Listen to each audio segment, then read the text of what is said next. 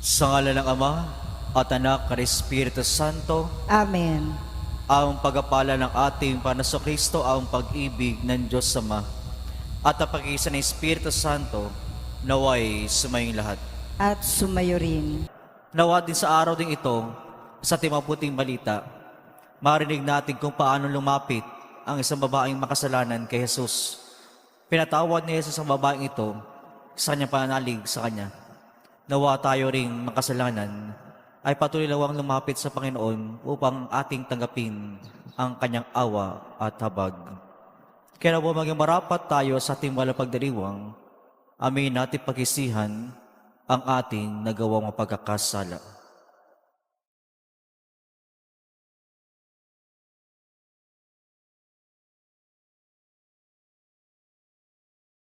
Tayo pong lahat, inaamin ko sa mga pangyarihang Diyos at sa inyo mga kapatid, na lubha ko nagkasala sa isip, salita at sa gawa at sa aking pagkukulang. Kaya isinasamo ko sa Mahal na Birhen Maria, sa lahat ng mga anghel at mga banal, at sa inyo mga kapatid, na ako'y panalangin sa Panginoong ating Diyos. Kaawan tayo ng makapangyarihang Diyos, patawarin tayo sa ating mga kasalanan, at patnubayan tayo sa buhay na walang hanggan. Amen.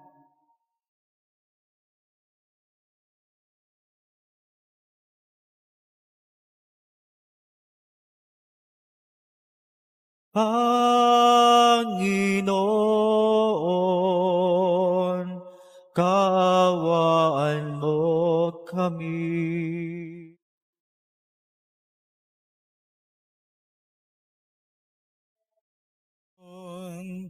Kaawaan mo kami. Kristo, kaawaan mo kami. Kristo, kaawaan mo kami. Panginoon,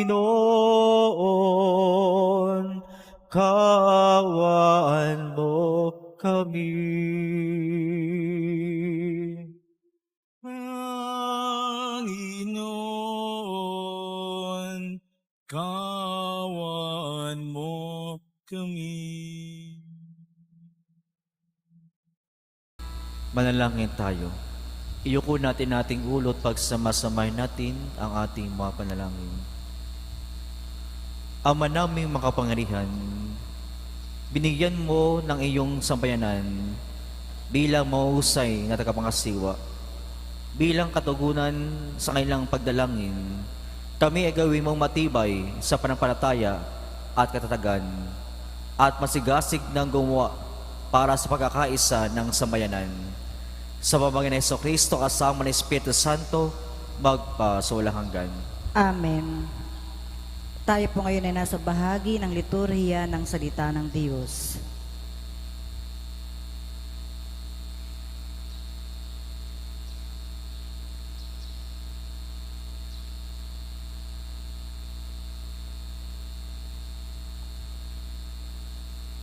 Ang salita ng Diyos mula sa unang sulat ni Apostol San Pablo kay Timoteo. Pinakamamahal, huwag mong bigyan daan na hamakin ka ni numan dahil sa iyong kabataan. Sa halip, pagsikapan mong maging mahuwaran ng mga sumasampalataya sa pananalita, ugali, pag-ibig, pananampalataya, at kabanalan. Iukol mo ang iyong panahon sa pagbabasa ng kasulatan sa madla, sa pangangaral at pagtuturo hanggang sa dumarating ako. Huwag mong pabayaan ang ipagkaloob sa iyo ng Espiritu Santo ayon sa inuhula ng ipatong sa iyo ng matatanda sa simbahan ang kanilang kamay. Isagawa mo ang mga ito at lubos mong italaga rito ang iyong sarili upang makita ng lahat ang iyong pag-unlad. Maging maingat ka sa iyong pagkilos at pagtuturo. Patuloy mong isagawa ang mga bagay na ito upang maligtas ka, pati ang mga nakikinig sa iyo. Ang salita ng Diyos. Salamat sa Diyos. Salmong tugunan, gaway napakadakila ng Panginoong lumikha. Tayo pong lahat. Gaway napakadakila ng Panginoong lumikha. Ang gawa ng Diyos, matuwid at tapat, at maasahan lahat niyang batas. Ito ay lalagi at di magwawakas, pagkat ang silagay totoo at matapat. Gaway napakadakila ng Panginoong lumikha. Kaligtas ay dulot ng mga hinirang. May ipinangangakong walang hanggang tipan. Banal at dakila ang kanyang pangalan. Gaway napakadakila ng Panginoong lumikha. Ang taong may nais na siya'y dumunog. Sa poon matakot iyong taong iyon. Sa palasunurin ay tapat ang hatol, at pupurihin pa sa buong panahon. Gaway napakadakila ng Panginoong lumikha. Tayo po ay magbigay galang sa mabuting balita ng Panginoon.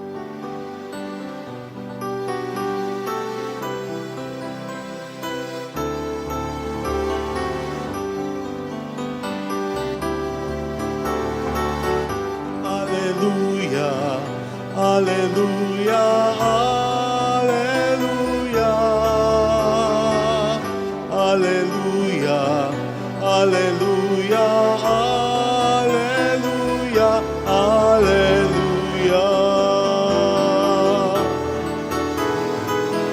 Hallelujah, hallelujah, hallelujah. Hallelujah, hallelujah, hallelujah, hallelujah.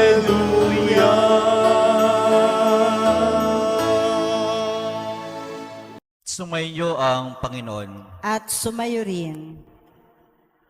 Ang mabuting balita ng Panginoon ayon kay San Lucas. Papuri sa iyo, Panginoon. Noong panang iyon, inaniyahan si Jesus ng isa sa mga Pariseo upang makasalo niya.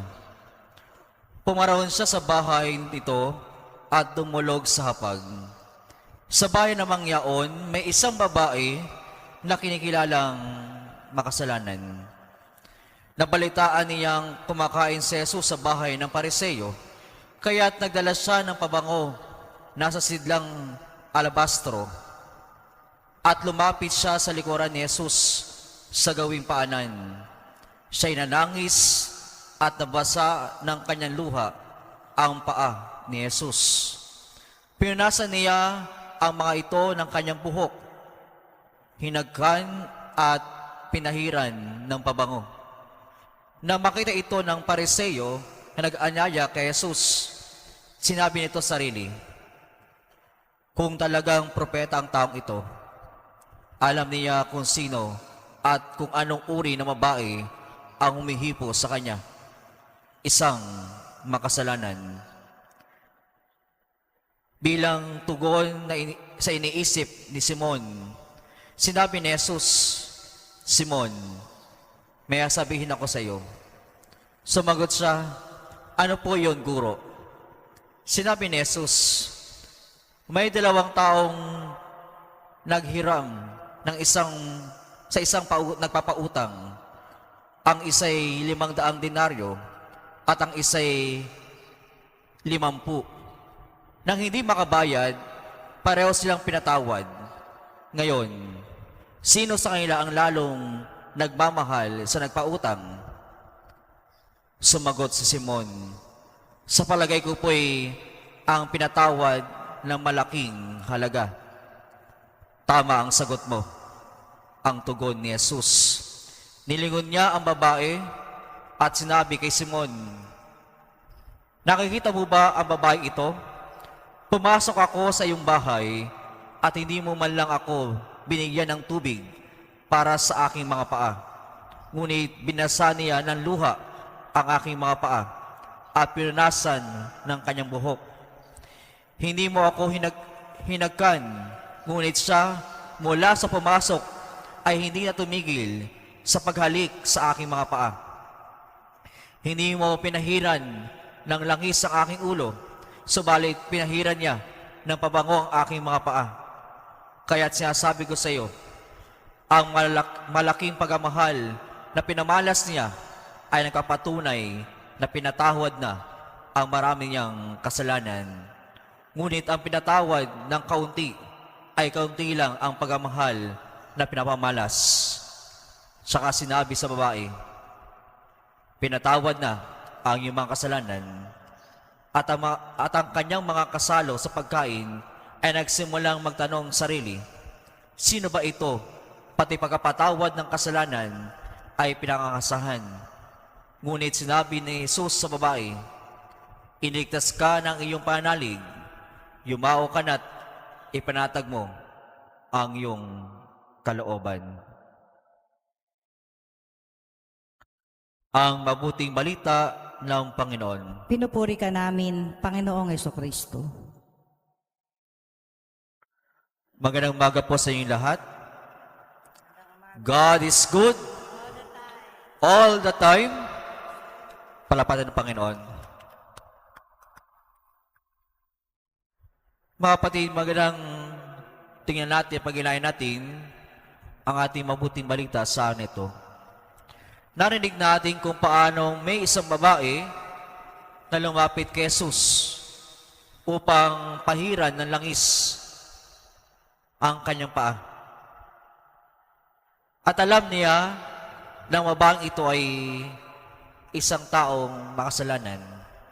Subalit, kung tiyan natin mga kapatid, ang babaeng ito ay may lakas na loob upang lumapit kay Jesus sa kabila ng kanyang pagkukulang, sa kabila ng kanyang pagiging isang makasalanan. Subalit sa pananaw at sa iniisip ng Pariseo o si Simon, nakita niyang ang babaeng ito ay isang taong makasalanan. Subalit hindi niya nakita na siya rin ay merong pagkukulang. Mga kapatid, ito rin magandang iniiwan sa atin ng ating mabuting balita sa nito. Kapag ba natin naiisip yung salitang makasalanan, sino po ba yung unang pumapasok sa ating kaisipan? Baka pag sinabi nating makasalanan, baka ang iniisip natin yung ating kapwa. Baka yung unang ating tinuturo, yung ibang tao. Hindi kaya magandang tingnan natin kapag naisip natin yung salitang makasalanan, ang maganda siguro, tingnan natin yung ating sarili muna. Tingnan natin yung ating buhay kung tayo ba'y wala ring pagkakasala. At yun ang wala at nawala kay Simon. Mas nakita niya yung kanyang kapwa bilang isang taong makasalanan. Subalit alam niya, sarili niya, siya din ay makasalanan. At yun po ang problema sa atin bilang isang Kristiyano. Kadalasan, we see the mistake of others, but we do not see our own problems, our own mistake, our own sin. Kadalasan, nakaturo sa ating kapwa ang pagiging isang taong makasalanan.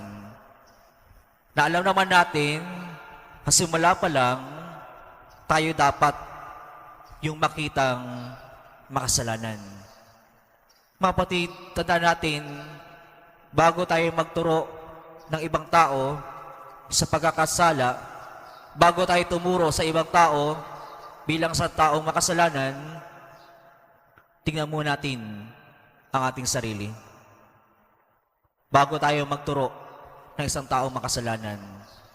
At mga kapatid, tandaan natin sa ating pag-amin, sa ating magkakasala, sa lahat ng ating ginagawang mga pagkakamali, may isang Diyos na si Jesus na handa tayong tanggapin.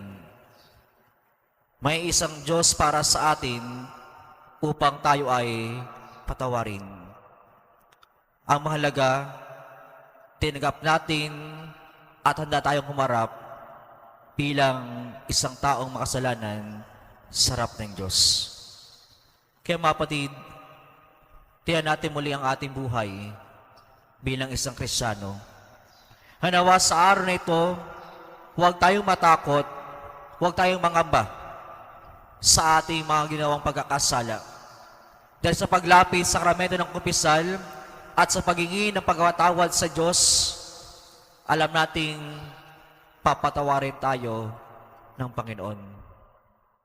Handa tayong patawarin ng Panginoon kung handa tayong magbalik loob.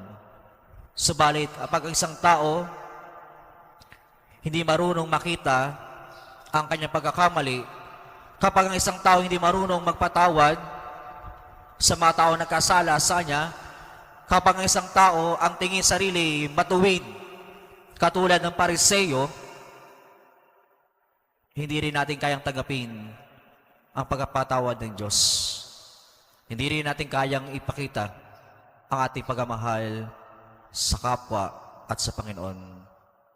Mga kapatid, kung handa tayong makita ang ating pagkakasala, kung handa tayong magbalik loob sa nagawa ating pagkakamali sa buhay para sa Panginoon, doon pa lang tayo magpapakita ng pagmamahal.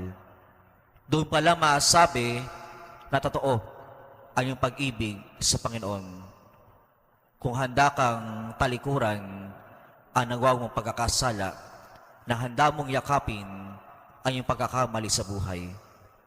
Mapatid, tandaan natin sa araw na ito, iniiwan ang salita ng Panginoon para sa atin. Kung tayo pinatawad ng Diyos, ipanatag natin ang ating buhay. Dahil alam natin sa kabilang banda ng ating sarili, bilang humihingi ng pagkapatawad sa Panginoon, alam natin ang Diyos ay kapiling natin.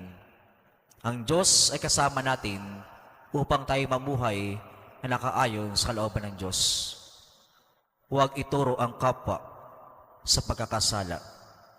Iharap mo natin ating sarili para sa Panginoon upang tayo'y maging tunay, naghahatid ng pag-ibig at pagkapatawad ni Jesus. Kaya mga kapatid, nawa sa ating paghahain ng balamisang ito, nawa hilingin natin sa Panginoon na sa ating pagtanggap sa iyang katawan, muling manumbalik ang kadalisayan at kabutihan ng Diyos sa ating buhay. Ang pagkapatawad ay binibigay sa atin ng Diyos. Basta handa tayong humarap, handa tayong yumakap sa Panginoon sa lahat ng ating pagbabago ng buhay. Dahil sa Jesus, hindi Diyos para sa atin upang tayo parusahan. Dahil ang Diyos ay nandiyan upang tayo unawain at patawarin sa lagawating pagkakasala. Amen po ba? Palapalan ng Panginoon.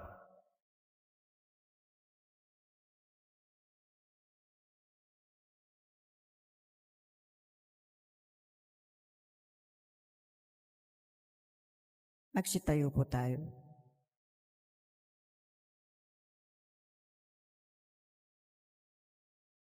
Mga kapatid, panalangin tayo at ilagay natin ang ating pananalig sa Diyos Ama na nagpapakita ng pagmamahal, ng habag sa kanyang pakikitungo sa mga makasalanan.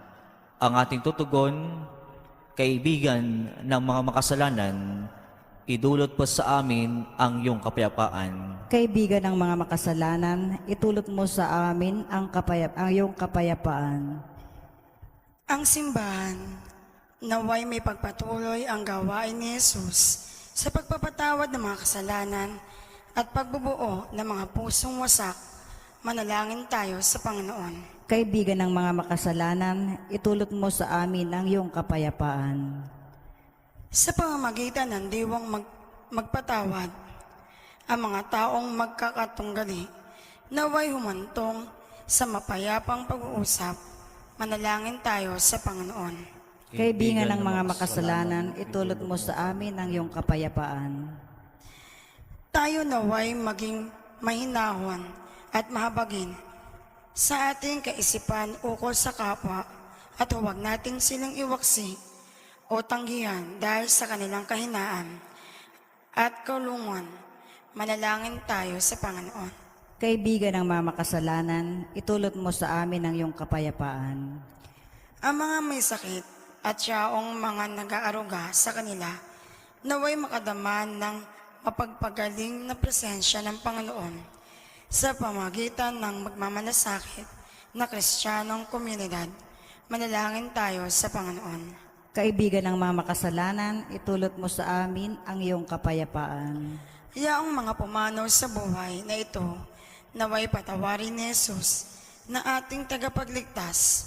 Manalangin tayo sa Panginoon. Kaibigan ng mga makasalanan, itulot mo sa amin ang iyong kapayapaan. At para sa mga kaluluwa sa purgatorio, manalangin tayo sa Panginoon. Kaibigan ng mga kasalanan, idulot mo sa amin ang iyong kapayapaan. Mga kapatid, sa katahimikan ng ating puso, dalangin natin sa ating Panginoon ang iba pa nating intensyon at kahilingan.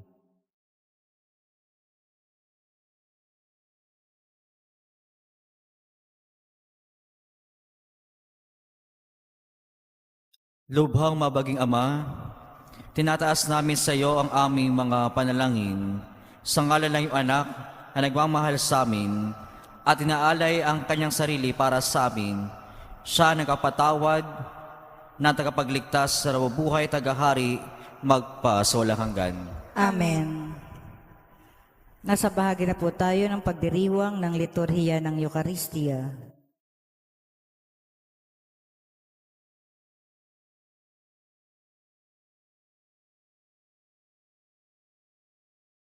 Kunin mo, Diyos, at tanggapin mo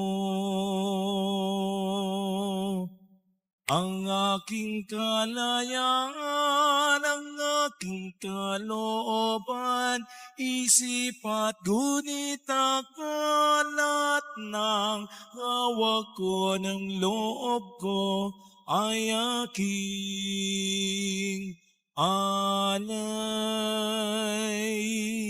sa'yo.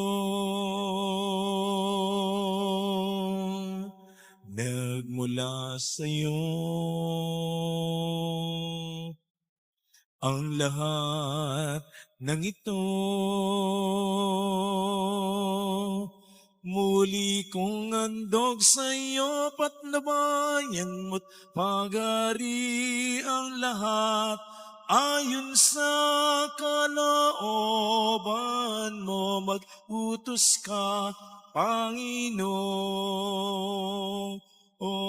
ko. Dagling tatalima ako, ipagkaloob mo lang ang pag-ibig mo. At lahat ay tatalikdan ko. Tatalikdan ko.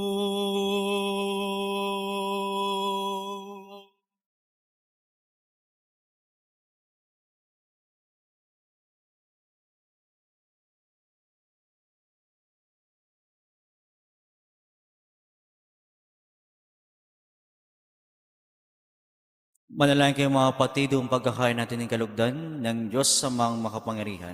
Tanggapin nawa ng Panginoon itong paghain sa iyong mga kamay, sa kapurihan niya at karangalan, sa ating kapakinabangan at sa buong sambayanan niyang banal.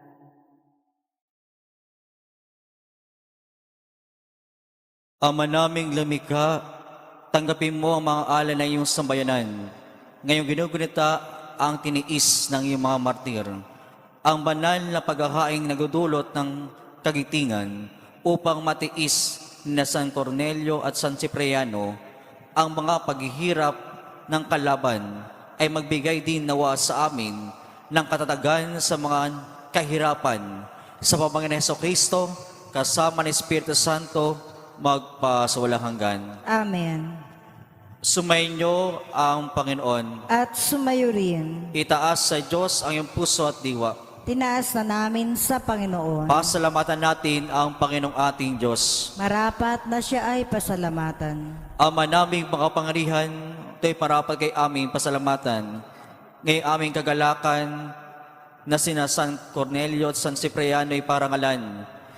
Sila'y kapanalig naming may panindigan na ikaw ang pinahayag kahit sila'y mamatay, sapagkat minarapat mong kanilang matularan ang iyong anak na naghain ng sariling buhay.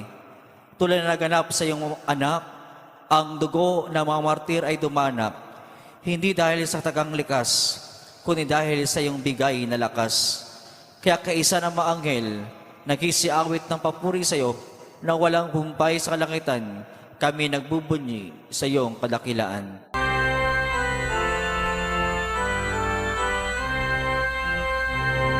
Santo, Santo, Santo, Panginoong Diyos ng mga hukbo, napupuno ang langit at ang lupa ng kadakilan mo.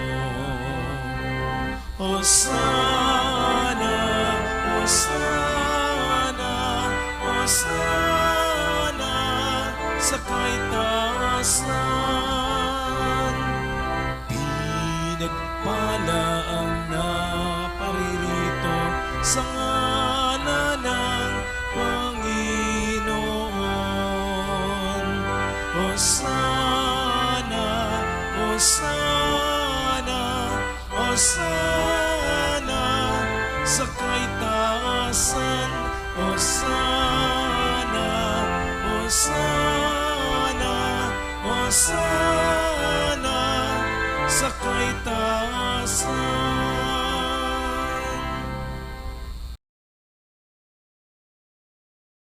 Ama naming banal, ikaw ang bukal ng tanang kabanalan. Kaya sa pamamagitan ng Espiritu, kayo banal ang mga kaloob nito, upang para sa amin maging katawan at dugo ng aming Panginoong Hesukristo. Bago niya pinagtiisang kusang loob na maging handog, hinawakan niya ang tinapay. Pinasalamatan kanya, pinaghati-hati niya yon, iniyabot sa niyang malagad at sinabi, tanggapin niyong lahat ito at kanin. Ito ang aking katawan na ihahandog para sa inyo.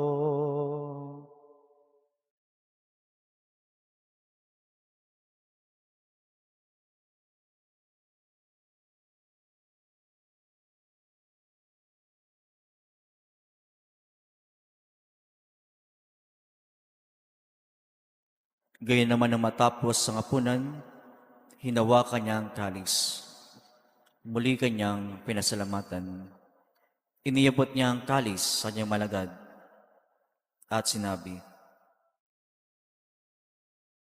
tanggapin niyong lahat ito at inumin. Ito ang kalis ng aking dugo, ng bago at walang hanggang tipan. Ang aking dugo ni bubuhos para sa inyo at para sa lahat. Sa kapatawan ng mga kasalanan, gawin niyo ito sa pag-alala sa akin.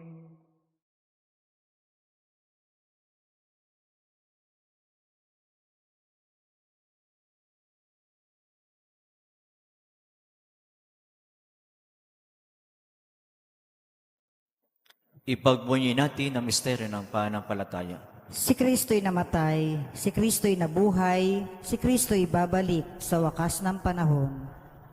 Ang mga ginagawa namin ngayon ng pag-alala sa pagkamatay at muling pagkabuhay ng iyong anak. Kahit nga namin sa iyong tinapay nagbibigay buhay at ang kalis nagkakaloob ng kaligtasan. Kami nagpapasalamat dahil kayo minarapat at tumayo sa harapan mo para maglingkod sa iyo. Isinasamo namin kayo mag-asalo-salo sa tawan at dugo ni Kristo ay mabuklod sa pagkakaisa sa pamagitan ng Espiritu Santo.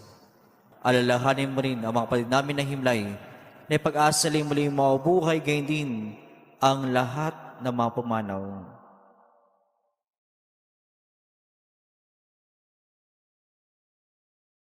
Kawan mo sila patuloy sa iyong kaliwanagan, kawan ginapating kami lahat na makasalo sa iyong buhay na walang wakas. Kay isa na mahal na Birhen Maria, Ina ng Diyos, ni San Jose na kanyang kabiyang na puso, kay isa na mga apostol at lahat ng mga banal, lalo na San Cornelio at San Cipriano at San Isidro Labrador, na namuhay dito sa daigdig ng kalugod-lugod sa iyo, may pagdiwa namin na pagpupuri sa kararangal mo sa pamamagitan ng anak namin Panginoong Heso Kristo. Sa pamamagitan ni Kristo, kasama niya at sa Kanya, ang lahat ng parangal at papuri ay sa iyo, Diyos Amang makapangyarihan, kasama ng Espiritu Santo, magpasa walang hanggan. Amen, amen, amen.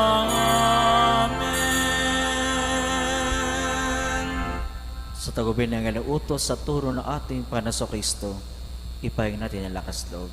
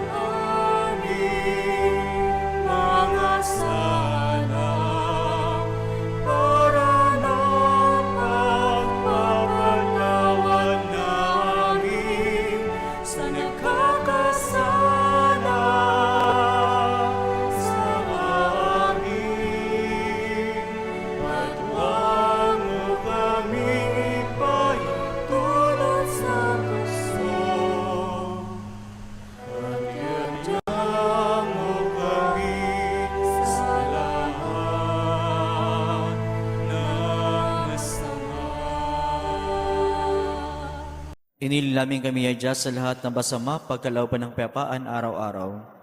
Iligtas sa kasalan ilayo sa lahat ng kapamakan, samantalang aming pinanabigan dakilang araw ng pagkapahayag ng tagapagligtas sa amin si Yeso Kristo. Sapagkat iyo ang kaharian at ang kapangyarihan at ang kapurihan magpakailanman. Amen. Panginoong Yeso Kristo, sinabi mo sa iyong mga apostol, kapayapaan ang iniwan ko sa inyo. Ang aking kapayapaan ay binibigay ko sa inyo. Tunghayan mong aming pananampalataya at wag ang aming pagkakasala. Pagkalooban mo kami ng kapayapaan pagkakaisa ayon sa iyong kalooban, kasama ng Espiritu Santo magpa sa walang hanggan. Amen. Ang kapayapaan ng Panginoon ay laging sa inyo. At sumayo rin. Magbigayan kayo ng kapayapaan sa isa't isa. Kapayapaan po sa lahat. Kordero ng Diyos na nag-aalis ng mga kasalanan ng sanlibutan, maawa ka sa amin. Kordero ng Diyos na nag-aalis ng mga kasalanan ng sanlibutan, maawa ka sa amin. Kordero ng Diyos na nag-aalis ng mga kasalanan ng sanlibutan, ipagkaloob mo sa amin ang kapayapaan. Mga kapatid, narito si Kristo, ang kordero ng Diyos. Ito ay nag-aalis ng mga kasalanan sa libutan. Mapalad tayong inaniyahan sa niyang banal na piging. Panginoon, hindi ako karapat-dapat na magpatuloy sa iyo. Ngunit sa isang salita mo lamang ay gagaling na ako.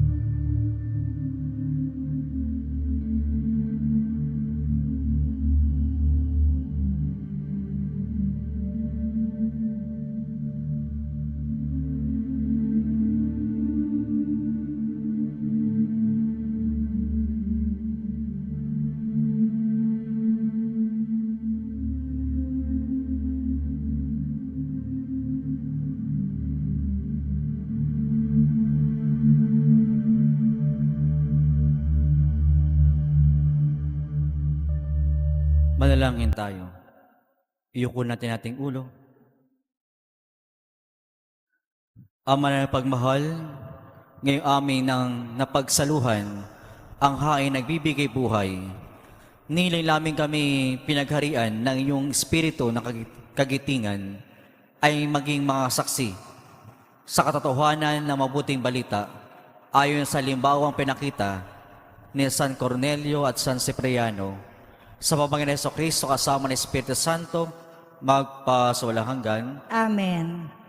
Sumainyo ang Panginoon At sumayo rin. at pagpalain kayo at yung pamilya ng makapangyarihang Diyos, Ama, Anak at Espiritu Santo. Amen. Humayo kayo sa kapayapaan at patuloy maglingkod sa Diyos at sa kapwa. Salamat sa Diyos. God is good All the time. all the time. God is good. Ang mga tamad, Huwag pakainin. anong oras na? Magbago ka na. Palapalan ng Panginoon.